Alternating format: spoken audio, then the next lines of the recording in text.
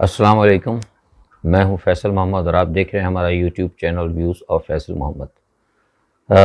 آج پاکستان کے حوالے سے ایک سب سے افسوسناک خبر آپ نے سنا ہوگا کہ آج خیبر پختونخوا کے اندر ایک مسجد کے اندر دھماکہ ہوا اور وہ خودکش دھماکہ تھا،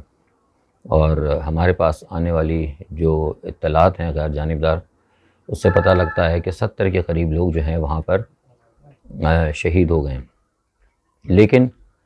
جو اصل بات ہے وہ یہ ہے کہ کیا اس صورتحال کو کنٹرول کرنے کے لیے کیوں نہیں حکومت نے یا حکومتی اداروں نے اس پہ غور کیا؟ آپ کو یاد ہوگا کہ میں نے اپنے تجزیوں کے اندر 3 دن پہلے یہ بات کہی تھی کہ پاکستان کا جو معاملہ اس وقت چل رہا ہے روس کے حوالے سے، پاکستان کے خلاف کارروائی ہوں گی، اور کل کے ہمارے پاس اطلاعات تھیں تو کل کے خاص طور پہ ویلاگ میں اگر آپ نے دیکھا ہوگا تو میں نے آخر میں وارن کیا تھا کہ دہشت گردی کی اور خودکش کارروائیاں، خودکش حملے ہوں گے اور ردعمل اندازی ہوگی پاکستان میں۔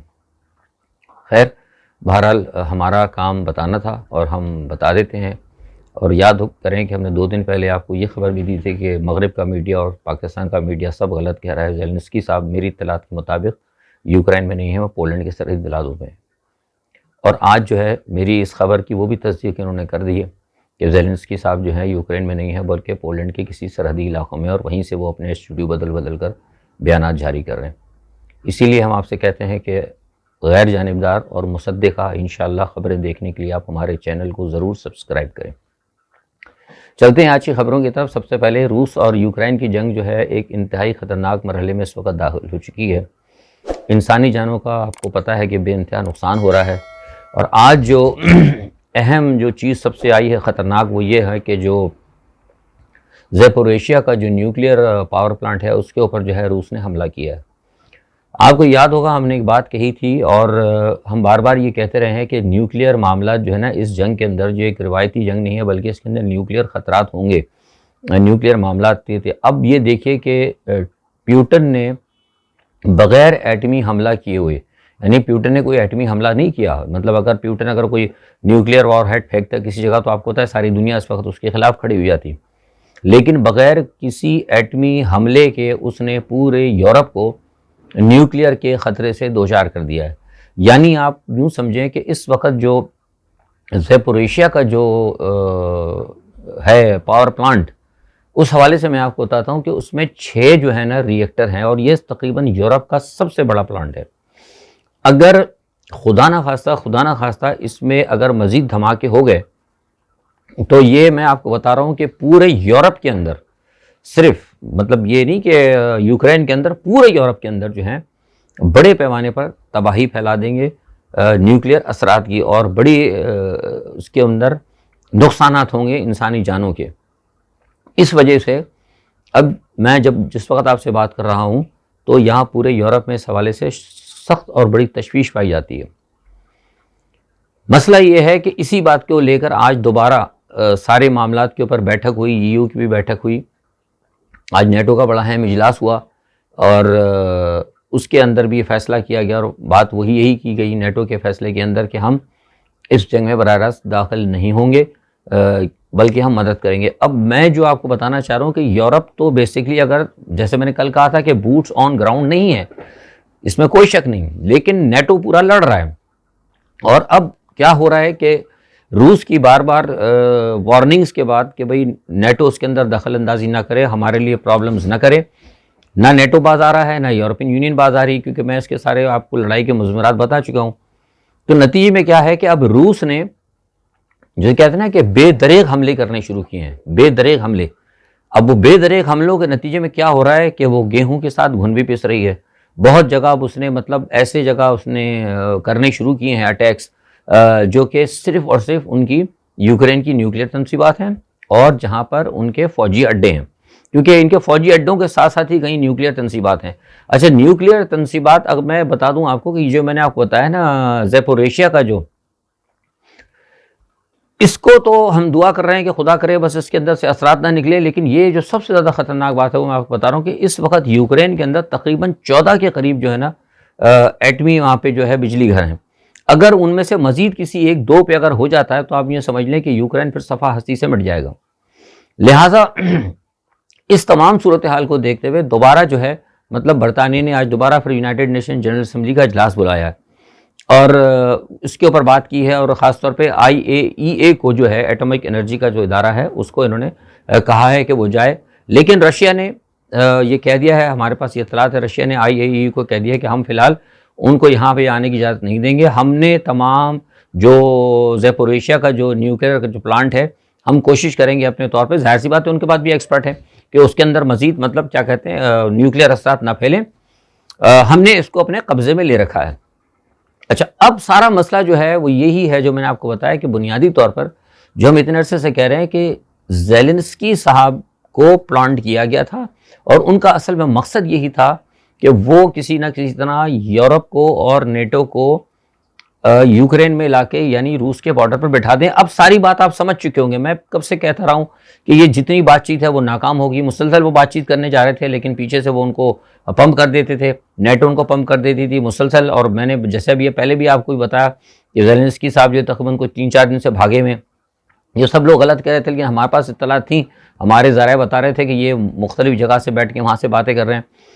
تو اب مقصد کہنے کا یہ ہے کہ بائیڈن صاحب نے بھی آج دوبارہ کہا ہے، بائیڈن نے کہا آج ابھی جب میں آپ سے بات کروں تھوڑی دیر پہلے پھر ایک بائیڈن کا بیان آیا، انہوں نے کہا کہ جناب ہمیں بڑی تشویش ہے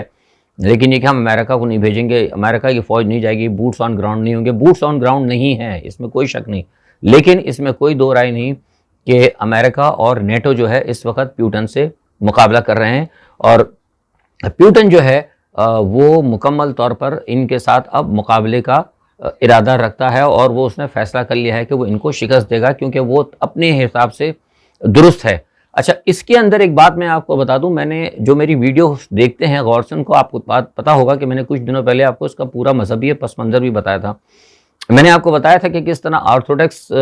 کرسچن کا جو ہے یہ مرکز ہے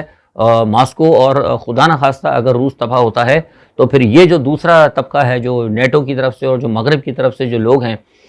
جو کہ پوپ کو فالو کرتے ہیں بظاہر، لیکن بنیادی طور پر یہ فالو کرتے ہیں زائونسٹ کہتے ہیں نا، صہیونی جسے کہنا چاہیے،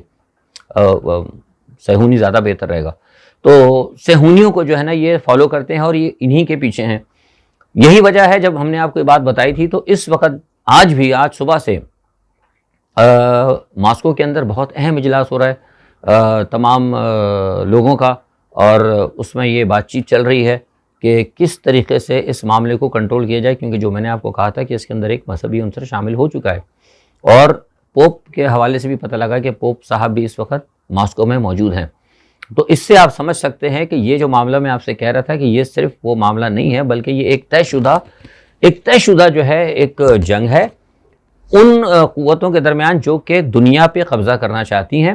اور دنیا پر ایک ون ورلڈ یا نیو آرڈر ٹائپ کا جو بھی ہے جو ایک نظام قائم کرنا چاہتی ہیں ان کے درمیان۔ اب یہ ساری چیزیں جو اب آپ کے سامنے ہو رہی ہیں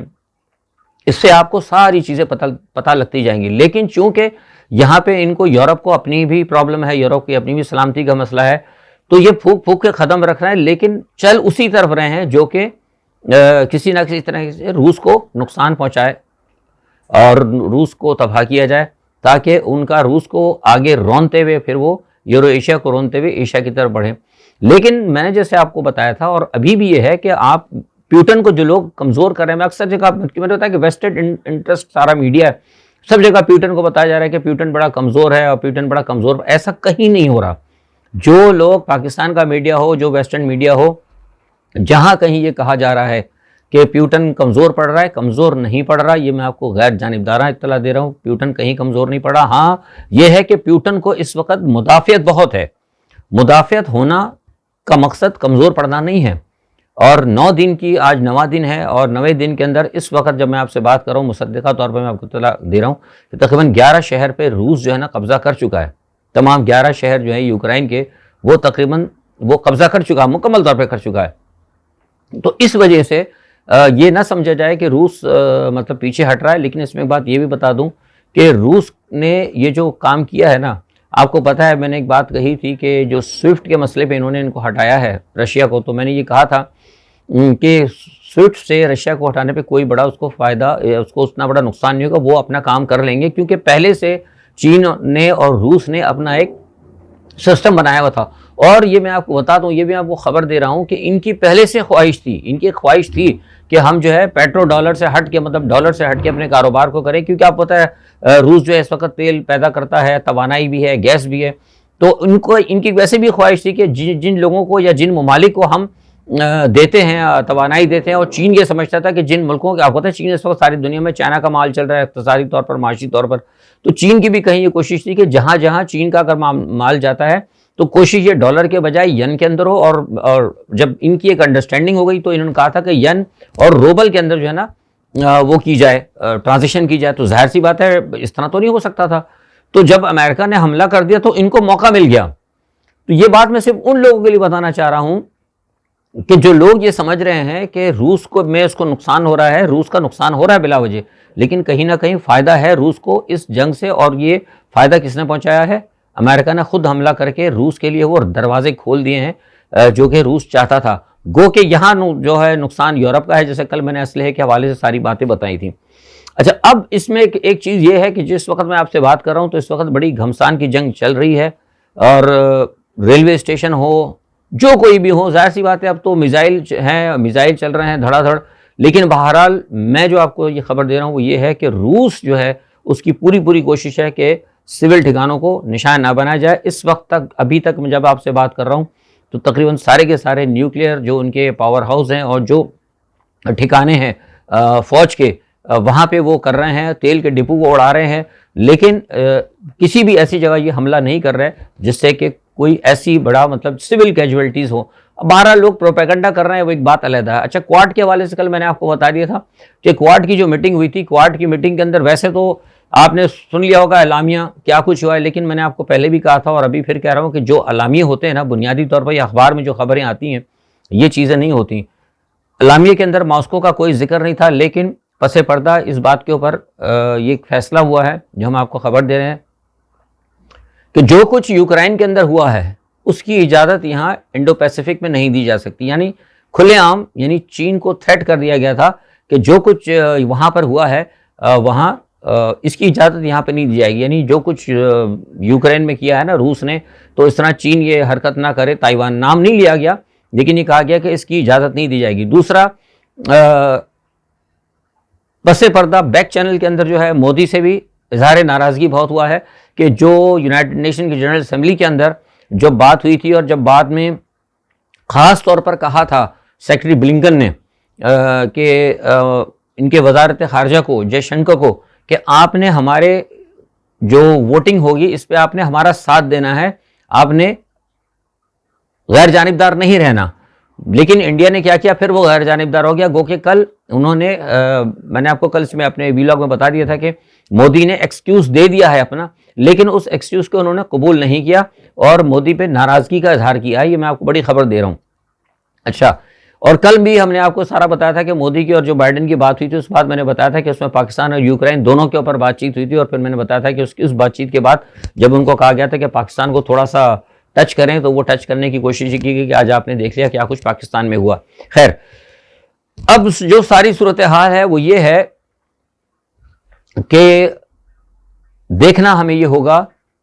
کہ کیا مودی اب جو دوبارہ ہونے لگی ہے، دوبارہ UNGA کی جو میٹنگ ہونے لگی ہے، کیا اس میٹنگ کے اندر مودی وہی سٹینڈ رکھتے ہیں؟ مجھے نہیں لگتا کہ مودی وہ سٹینڈ رکھیں گے. مودی کو ہر صورت کے اندر کچھ نہ کچھ تبدیلی کرنی پڑے گی. اور جیسا کہ میں نے آپ سے پہلے کہا تھا کہ پاکستان کے اوپر دباؤ آ رہا ہے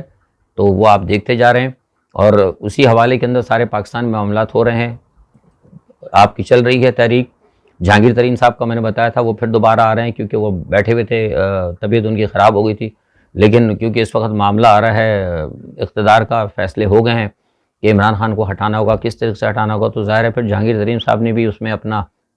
کیک کا حصہ لینا ہوگا، تو وہ بھی آ رہے ہیں. تو بہت سارے معاملات ہیں. اور لیکن یہ اس تمام صورتحال کے درمیان جو ہے کہ سب سے بڑی بات یہ ہے کہ میں نے آپ سے کہا کہ یہ پاکستان کے اندر حالات جو ہے خراب ہوں گے.